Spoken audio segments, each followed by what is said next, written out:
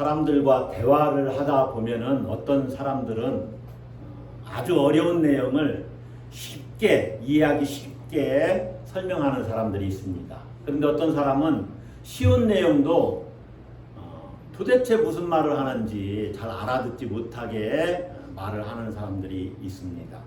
설교자도 마찬가지입니다. 어느 목사님은 그 기독교 진리의 말씀을, 성경 말씀을 아주 쉽게 풀어서 정말로 이해되기 쉽게 이렇게 전하시는 목사님이 있습니다. 그런데 어떤 목사님은 도대체 무슨 말씀을 하시는지, 말씀은 많이 하시는 것 같은데 말씀이 어렵고 이해가 잘 되질 않아요. 논리성도 떨어지고 어떤 때는 이게 무슨 본문과 전혀 상관이 없는 말씀 같은데 이런 이제 생각을 하게 만드는 것이죠. 예, 그래서 잘 이해를 못하는 것입니다. 물론 듣는 사람의 능력에 따라서도 이해가 잘 될 수 있고 잘 되지 않을 수도 있을 거예요.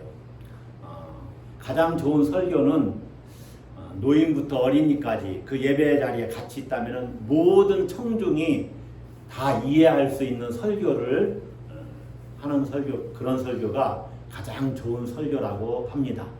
설교학에서. 제 설교는 어떤지 모르겠어요. 여러분이 잘 이해를 하시는지를 모르겠어요. 자, 예수님은 어땠을까요? 예수님의 말씀은 어땠을까요? 말씀을 예수님은 잘 전하셨을까요? 예수님도 모든 청중들이 잘 이해하도록 말씀을 전하셨습니다. 특별히 어려운 말씀은 비유를 사용해서 쉽게 이해할 수 있도록 그렇게 말씀을 전하셨어요. 때로 바리새인들이 이 말씀은 어렵도다, 말씀이 어려운 경우도 있었어요. 그리고 제자들에게 다시 그 말씀을 풀어줘야 이렇게 이해할 수 있는 그런 말씀도 있었지만은 대부분 예수님이 사용하신 비유는 아주 쉬웠습니다. 이해하기가 쉬웠다 그 말이에요. 간단 명료해서 쉬웠어요. 자, 그런데 오늘 본문 누가복음 16장 1절에서 13절의 이 불의한 청지기 비유라고 그러지요. 이 비유의 말씀은 이해하기가 만만치가 않습니다. 왜 그러냐면 내용이 앞과 뒤가 조금 다르기 때문에 그래요. 불의한 청지기라고 하는데 이 사람을 주인이 지혜롭다고 칭찬한단 말입니다. 그래서 이해하기가 좀 어려워요. 자, 오늘 비유의 내용, 이 예수님 말씀하신 비유의 내용은 이런 것이죠. 어떤 부자가 있었습니다.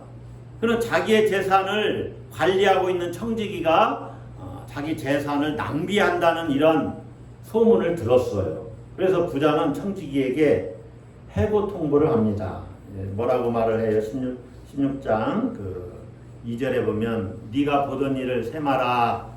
너는 청지기 직무를 계속하지 못할 것이다. 이렇게 해고 통보를 합니다. 이제 마무리 다 셈하고 하던 일 다 셈하면 이제 청지기는 그 직무를 그만둬야 돼요. 실직자가 되는 것이죠. 요즘에야 실직하게 되면 뭐 실직수당도 나오고 또 퇴직하면 퇴직금도 받을 수 있죠. 그러나 이때 당시는 대책이 없습니다. 그래서 청지기가 속으로 이렇게 한탄하는 것이죠. 내가 무엇을 할까? 땅을 파자니 힘이 없고 빌어먹자니 부끄럽구나. 어떻게 하면 청지기는 자리에서 쫓겨난 후에도 생계를 유지할 수 있을까? 굶어 죽지 않고 먹고 살 수 있을까? 고민했습니다. 그런데 묘안이 떠오른 거예요. 주인에게 빚진 사람을 한 사람 한 사람씩 다 불러서 계약서를 새로 작성하게 했다는 것이죠. 기름 100마를 빚진 사람에게는 50말로 계약서를 다시 쓰게 했습니다. 50말을 깎아준 거예요. 또 밀 100석은 80으로 깎아서 계약서를 다시 작성하도록 했습니다. 어찌 보면 이것은 주인의 재산을 낭비하는 것입니다. 기존에도 낭비했다는 소문을 들었는데 또 주인에게 손해를 끼치는 것이죠. 어찌 보면. 그러니까 불의한 일이죠. 이것이 발각되면은 요즘으로 말하면 문서 위조죄로 형사처벌을 받아야 됩니다. 그런데 주인은 이 청지기를 칭찬했다 이렇게 말을 합니다. 옳지 않은 청지기가 이를 지혜롭게 행했다. 그래서 칭찬했다 이렇게 얘기를 합니다. 8절에.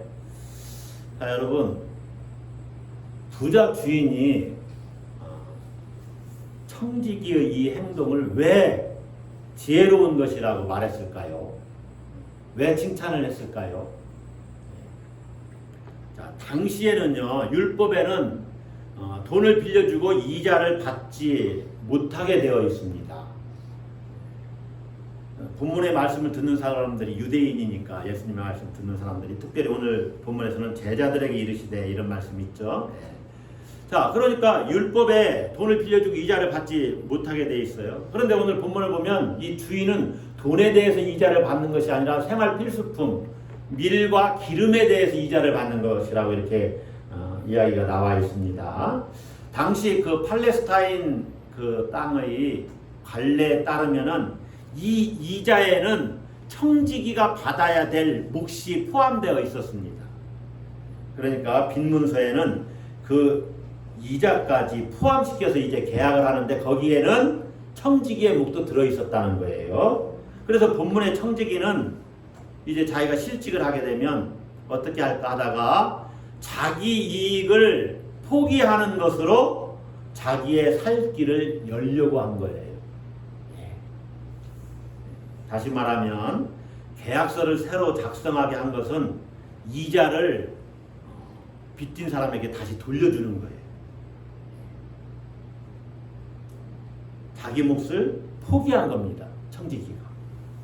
그래서 자기의 소유를 포기해서 자기 살 길을 찾으려고 했다는 것이죠.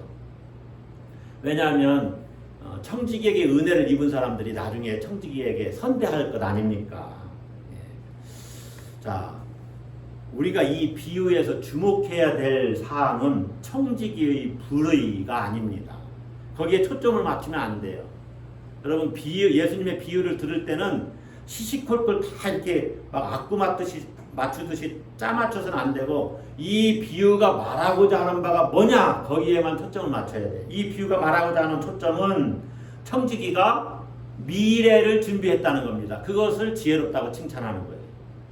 그러니까 종말론적인 삶의 태도, 그것을 지혜롭다, 지혜로운 것으로 봐야 한다, 이런 말씀입니다. 자, 실상 본문의 청지기는 불의한 사람입니다. 불의한 청지기입니다. 주인의 재산을 자기 마음대로 사용했을 뿐만 아니라 더 손해를 끼치게 되는 거죠. 문서를 조작했어요. 부정직합니다.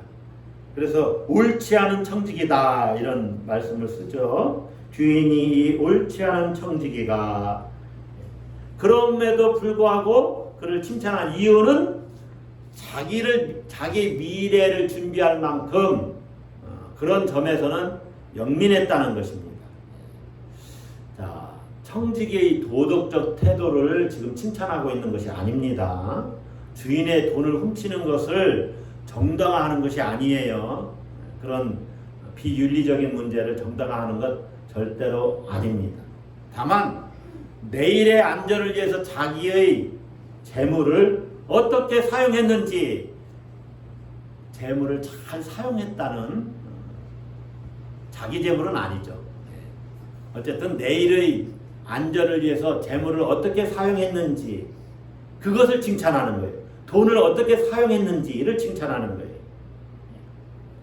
아까도 말씀드렸지만, 자, 빚을 진 사람들은 이자가 너무 많으면 불만이 많겠죠. 그렇게 이자를 탕감해주면, 낮추어주면 예상치도 못한 호의를 입은 거예요. 덕을 입은 거죠. 그런데 당시 문화에서는 다른 사람에게 호혜를 입으면 그 사람에게 은혜를 입으면 은혜를 갚아야 되는 의무가 있었다는 것이죠.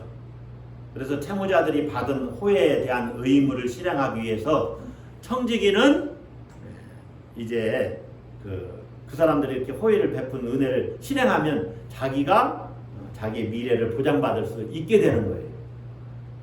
관리인 청지기 직분을 빼앗겼을 때 채무 경감 혜택을 받은 사람들이 자신을 이제 선대하는 거죠. 그리고 청지기로 또 이렇게 우리 집에 와서 청지기를 해주세요 라고 말할 수도 있어요. 여러분, 이 빚을 진 사람들이 이게 빚이 뭐 조금의 빚이 아닙니다. 어마어마한 부자예요. 이 사람들도. 다만 빚을 그렇게 진 거예요. 여기 나오는 액수가 정말로 1년치 뭐 노동자 품삯 정도 된다든가 뭐 그런 엄청난 빚들인 겁니다. 자, 오늘 본문은 청지기가 미래를 준비했다. 그리고 돈을 제대로 사용했다. 돈을 어떻게 썼는지 그것을 칭찬했다고 그랬죠. 본문의 주제는요, 돈을 어떻게 사용해야 하느냐에 대한 이야기예요. 돈 이야기를 지금 하는 겁니다. 이 비유가. 그래서 불의한 청지기의 이 비유 끝에 예수님이 말씀하시는 내용이 뭡니까? 9절을 한번 같이 봅시다. 내가 너희에게 말하노니, 다 같이 있습니다. 불의 재물로 친구를 사귀라.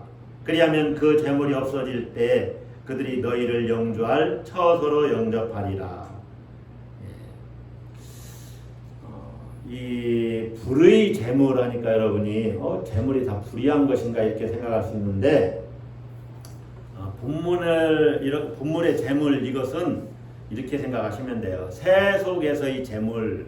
그래서 공동번역에서는 세속의 재물로 그렇게 번역을 했어요. 현대인의 성경도 세상 재물로 번역을 했어요. 세상에서의 재물로 친구를 사귀어라. 그러니까 비유에 대한 그 결론적인 주님의 말씀이 이 재물에 대한 지금 돈의 사용에 대해서 이야기를 하고 있다는 것이죠. 여러분, 불의한 청지기는 미래를 위해서 이웃과의 관계를 새롭게 맺었습니다. 그러니까 여러분이 돈으로 어려운 사람들을 구제하라는 말씀이냐? 이렇게 생각할 수 있습니다. 예, 그 말씀 맞습니다. 그런데요, 본문의 그 주제는 그거하고는 좀 달라요. 구제와 구호에 대해서 이야기하는 것이 아니에요. 단순히 어려운 이웃을 도우면서 살아야 구원받는다, 이것을 이야기하는 것이 아니에요. 어려운 사람을 돕는 것은요, 우리 그리스도인 아니고서도 믿지 않는 사람들도 어찌 보면 당연히 사람의 도리로서 해야 되는 일입니다. 그런 걸 휴머니즘이라고 그러죠. 이런 기본적인 휴머니즘도 없다면은 그 사람은 사람의 도리를 제대로 못하는 거예요. 오늘 본문이 이야기하는 근본적인 본질적인 이야기, 본질적인 것은 다른 데에 있어요. 더 근본적인 것이 뭐냐? 이것은 이제 그 다음 꿈은 10절, 11, 12절을 읽어봐야 돼요.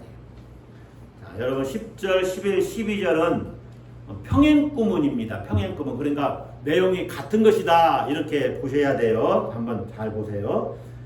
지극히 작은 것에 무엇된 자는 충성된 자. 아까는 불의한 자에 대한 이야기를 했는데 지금은 충성된 것에 대해 이야기하죠.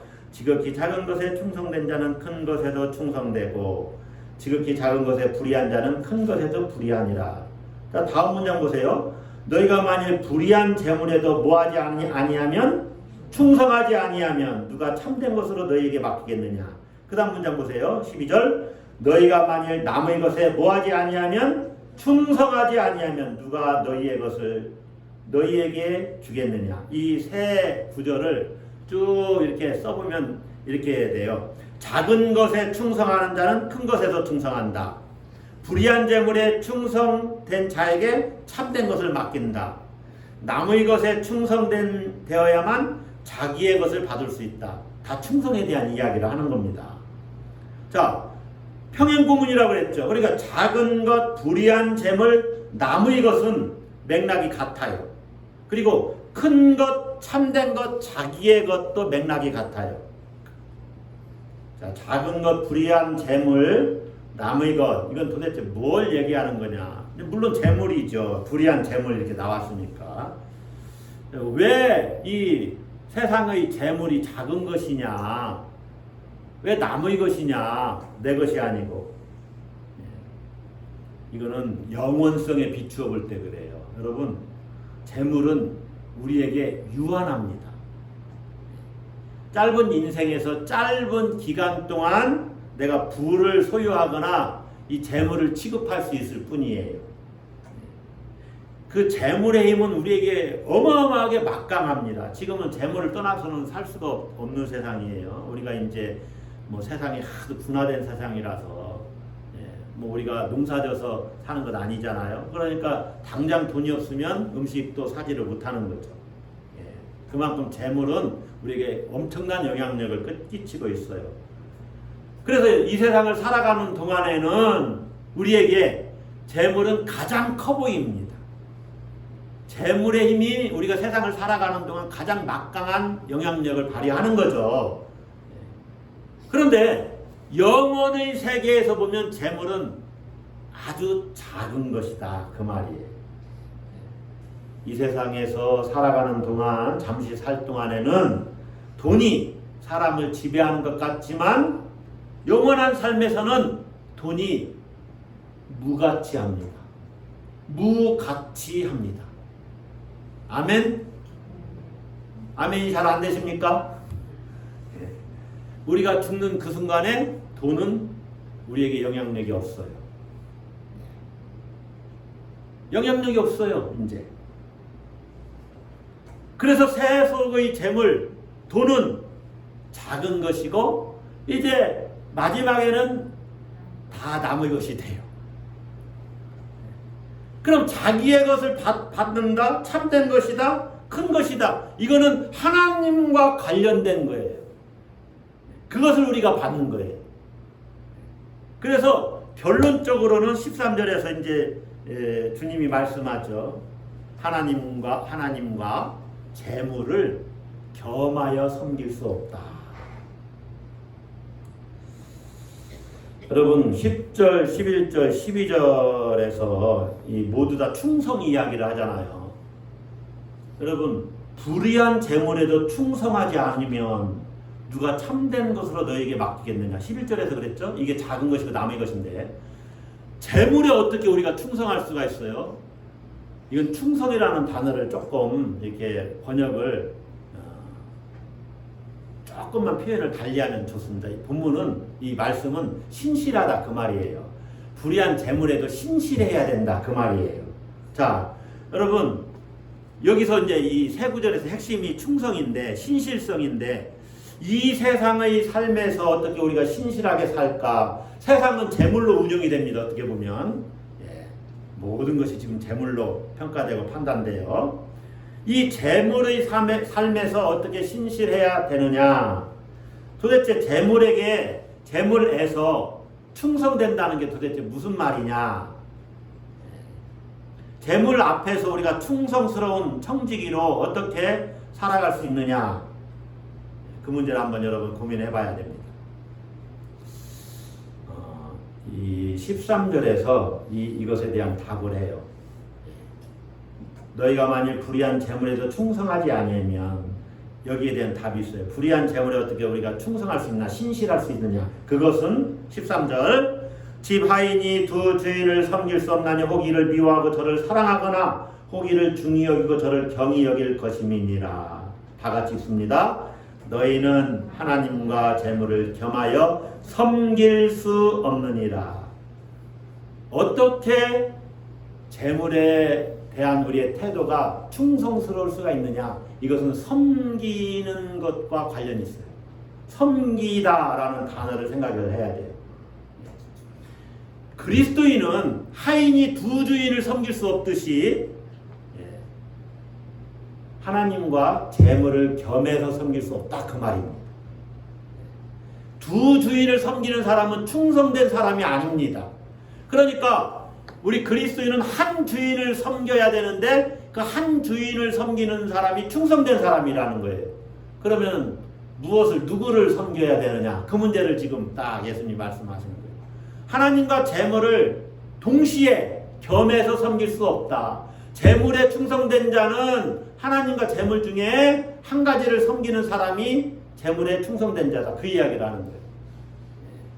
그러니까 이 세상의 삶에서 충성되지 않으면 영원하고 참된 것을 받을 수 없다고 그랬죠. 누가 너희에게 참된 것을 맡기겠느냐, 너희의 것을 너희에게 주겠느냐, 이렇게 얘기를 하지요. 하나님과 재물을 겸해서 섬기는 사람은 충성된 사람이 아니고, 충성된 사람이 아니면 하나님께로부터 우리가 받을 수 있는 그것을 받지 못한다는 거예요. 자, 여러분, 하나님과 재물을 겸하여 섬길 수 없다, 이 말씀을 여러분이 모르는 사람은 아무도 없습니다. 그런데 문제는 이 하나님과 재물을 겸해서 섬기는 것이 무엇인가, 이걸 우리가 잘 모른다는 거예요. 물질을 떠나서 살 수 없는 세상이잖아요. 그래서 이게 무슨 의미인지를 잘 모른다는 거예요. 하나님만 섬기고 재물을 섬기지 마라, 이런 것을 어떤 분들은 헌금을 드리라는 얘기인가, 이렇게 생각하는 분들이 있어요. 헌금만 잘 드리면 재물을 섬기지 않고 하나님 섬기는 것인가, 그렇게 인식을 하고 있다는 거죠. 여러분, 오늘 본문은 헌금과 전혀 상관이 없습니다. 헌금 이야기하는 건 아닙니다. 헌금은 교회 운영과 또 하나님 선교 사업에 쓰기 위해서 우리 성도들이 해야 할 최소한의 이런 헌신이라고 이렇게 볼 수가 있겠죠. 헌금을 드린다고 해서 하나님을 잘 섬기는 것은 또 아닙니다. 여러분이 그걸 잘 인식을 해야 돼요. 자, 요즘 사람들이 재물을 하나님처럼 섬긴다는 사실을 우리가 정확하게 봐야 됩니다. 왜냐하면 재물 아니면 하나님이거든요. 재물은 오늘 본문의 원어는 마모나입니다. 마모나. 헬라어인데 이 말씀은 라틴어 맘몬에서 나왔어요. 맘몬. 마모나인데 맘몬, 헬라어. 그래서 사람들이 재물을 섬기는 것을 맘몬신을 섬긴다, 이렇게 얘기를 합니다. 왜 그러느냐? 이 맘몬은 소유, 재산, 부, 그런 의미가 있어요. 어떤 의미가 있다고요? 소유, 재산, 부, 이게 맘몬이에요. 맘몬. 헬라어로. 그 라틴어로. 자, 사람들은요, 소유에 기대서 자기의 안전, 미래를 보장받고 싶어 해요. 그런데요, 보면은 이 소유, 돈을, 재산을 아주 작은 것으로 간주하고 그것이 나를 다스리지 못하도록 하지 말라는 이야기예요. 그 재물, 돈에 대한 소유권을 하나님께 이양하지 않으면, 양도하지 않으면 그 사람은 맘몬신의 하수인이 된다는 거예요. 여러분, 흔히 돈을 가치 중립적인 것이라고 이렇게 이야기를 하죠. 잘 쓰면 좋은 것인데 못 쓰면 돈이 인생을 망가뜨리기 때문에 가치 중립적인 것이라고 이야기합니다. 그러나 이 돈을 폄훼할 만큼 하찮은 것으로 여기라, 그런 뜻은 아닙니다. 그렇게 여길 수도 없어요. 이 돈은요, 재물은요, 하나님을 대신할 만큼 막강한 세력을 배후에 두고 있어요. 그러니까 돈인가 하나님과 둘 중 하나를 선택하도록 요구할 만큼 아주 그것은 신앙의 대상이 되고 있다는 거예요. 사람들이 자기도 모르게 그것을 신앙화하고 있어요. 1973년에 600만 부가 팔린 모모라는 책을 낸 미카엘 엔데라는 사람이 있습니다. 그 사람이 1994년에 이런 인터뷰를 했어요. 바로 죽기 1년 전인데 이렇게 말했습니다. 확실히 돈에는 신이 지닌 특질이 구비되어 있습니다. 돈은 사람을 결합시키기도 하지만 분열시키기도 합니다. 돈은 돌을 빵으로 만들기도 하고 빵을 돌로 변화시킬 수도 있습니다. 그렇죠? 요즘 돈이면 돌 아니라 다이아몬드, 금속을 가지고도, 쓰레기를 가지고도 빵을 만들 수 있죠. 돈만 있으면 뭐 얼마든지. 자, 돈의 증식은 불가사의한 것입니다. 게다가 돈에는 불멸이라는 성질까지 있습니다. 돈의 힘이 얼마나 막강한 것인가를 이야기하지요. 돈의 위력이 얼마나 대단한지 우리가 알 수 있습니다. 돈은요, 우리에게, 인간에게 주인의 위치에 서려고 합니다. 사람들이 직업을 선택할 때도 그래서 연봉이 너무너무 중요해요. 어떤 면에서는 연봉을 최우선의 가치에 둡니다. 모든 가치 판단이 뭐예요? 사람들이 돈으로 해요. 돈으로. 네. 우리도 그 돈의 막강한 영향력 하에 있기 때문에 돈이 좀 많으면 마음의 여유가 있을 수 있고 또 기분이 좋겠죠. 그러나 돈이 없으면 불안합니다. 걱정투성입니다. 돈을 섬기지 말라고 하지만 돈이 없으면 힘든 일이 너무나 많아요. 그래서 어쩔 수 없이 돈의 영향을 받아요. 지배를 받아요. 호화롭게 살지는 않아도 자식들 교육해야 되지요. 또 생계 유지해야 되죠. 미래를 또 이렇게 대책을 세워야죠. 예비해야 되죠. 또 큰 병 들었을 때 병원 치료도 받아야죠. 모두 다 돈 문제예요. 어찌 보면. 그래서 우리 대한민국에서 이 돈이 없으면 살아갈 길이 막막한 것이죠. 그래서 사람들이 수단 방법 가리지 않고 돈을 벌고 돈을 쌓는 일에 인생 전체를 투자합니다. 여러분들 어떻습니까? 자, 이런 세상에서 우리 그리스도인들이 어떻게 살아야 되느냐? 어떻게 살아야 됩니까? 똑같이 돈벌이에 모든 우리 인생을 걸어야 됩니까? 또 세상 사람들과 경쟁을 그냥 포기한 채 어떤 면에서는 좀 무기력하게 예수님 오실 날만 기다리면서 살아야 됩니까? 여러분들 어떻습니까? 고민해야 돼요. 여러분, 우리 그리스도인들은 분명히 알아야 됩니다. 돈에 대한 여러분의 그 가치관을 바로 세워야 되는데 세상 사람들과 같이 돈에 묶여서 살진 말아야 됩니다. 돈에 매여서 살진 말아야 돼요. 동시에 또 세상의 삶을 포기할 수도 없습니다. 또 사람들과 경쟁할 것은 또 경쟁을 해야 돼요. 경쟁 자체를 무시할 수 없죠.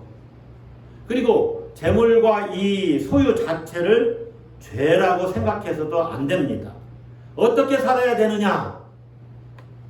답이 섬긴다라는 이 단어에 담겨져 있어요. 섬긴다라는 말을 여러분 잘 기억을 해야 됩니다. 하나님과 재물을 겸하여 섬길 수 없느니라. 이 섬긴다라는 단어에 답이 있어요.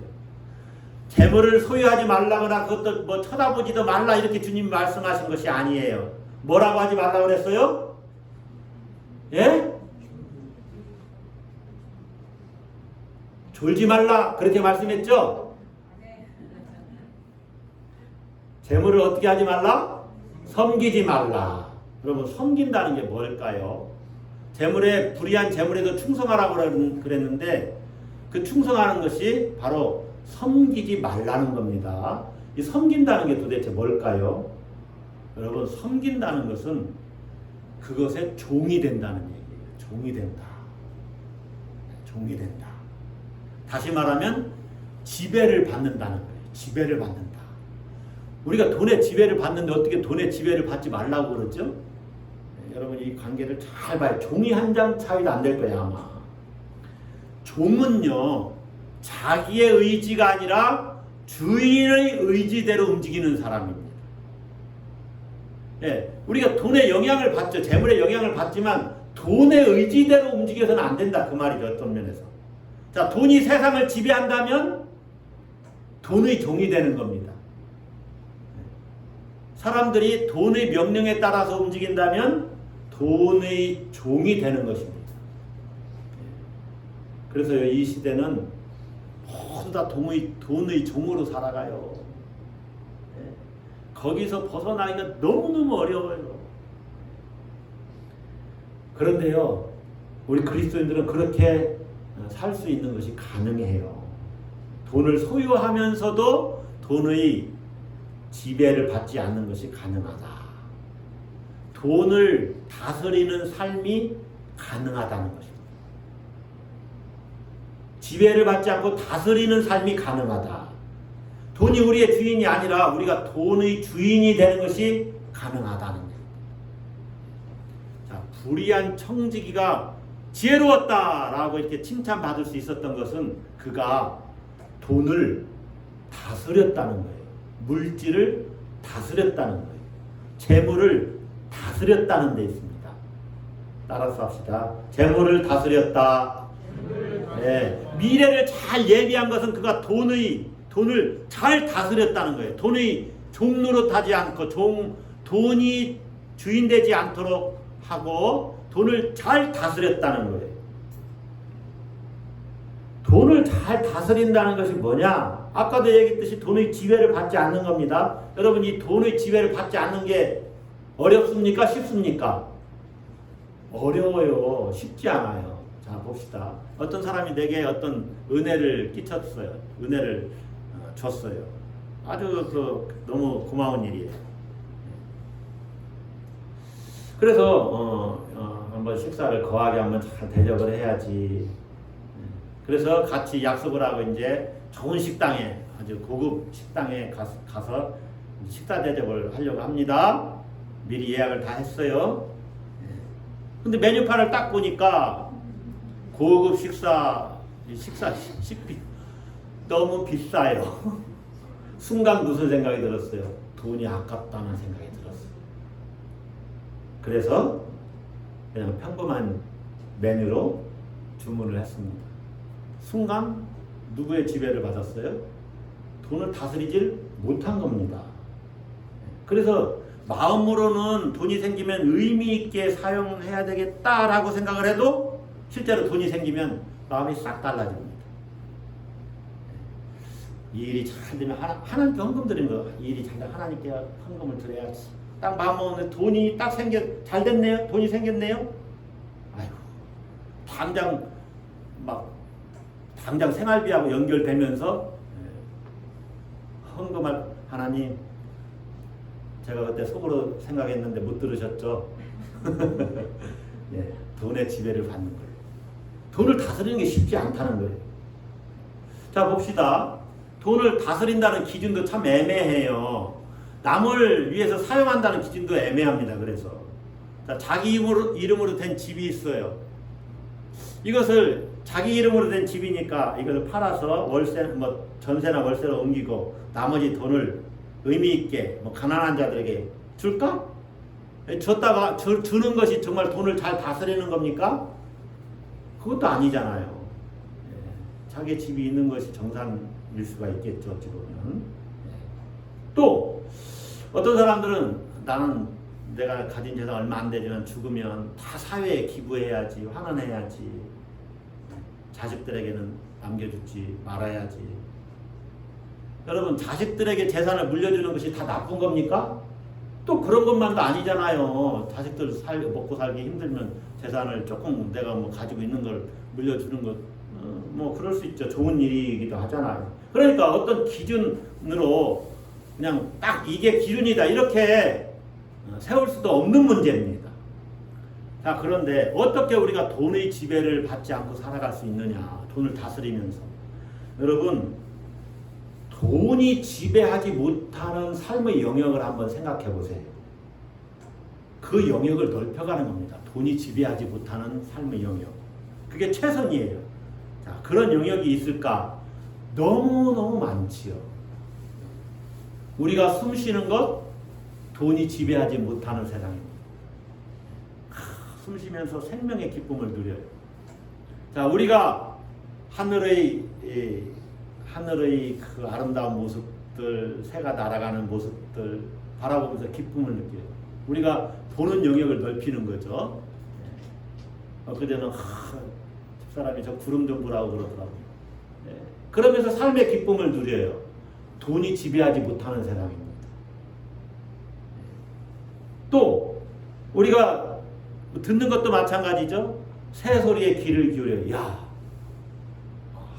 새가 나를 위해서 노래를 불러주네 하면서 삶의 기쁨을 누려요. 그런 것들이 얼마나 많아요. 네. 해외여행 가는 건 돈이 많이 들 수 있지만 우리가 이 근처 산책하면서 자연의 아름다움을 얼마든지 만끽할 수 있어요. 걸으면서. 돈이 지배하지 못하는 세상이죠. 교회당을 크게 건축하는 어느 교회가 있다고 합시다. 돈이 많이 들어갑니다. 그러나 그리스도의 몸이 바로 교회다라고 생각하고 교회의 본질에 집중하면 돈이 필요 없거나 돈이 거의 들어가지 않습니다. 그런 영역을 넓혀가는 거예요.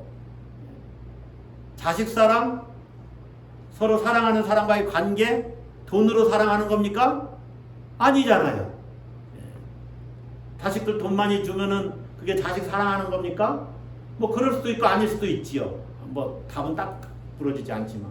그러나 자식들 삶을 축복해주고 격려해주고 또 사랑한다고 고백하고 안아주고 사랑하는 마음으로 대하고, 이게 자식 사랑이죠. 이게 돈이 들어갑니까?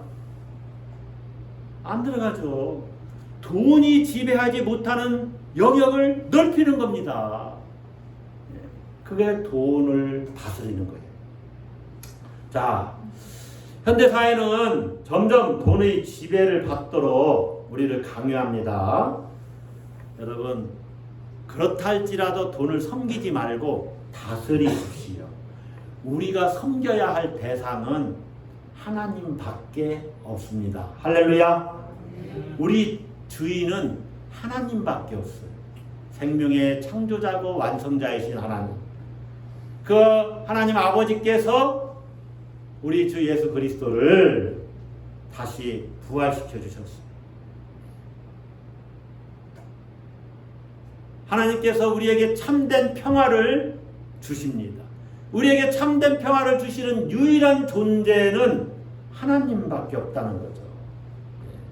그 하나님께서 여러분의 미래를 지금도 책임져 주시고 앞으로도 책임져 주실 것입니다. 할렐루야. 네. 명심하십시오. 여러분은 무엇을 섬기고 있는가? 두 주인을 우리가 섬길 수 없어요. 하나님과 재물을 겸하여 섬길 수 없느니라. 돈은 다스리고 하나님은 섬기는 것입니다. 할렐루야. 하나님만이 여러분의 주인이십니다. 기도하십시오.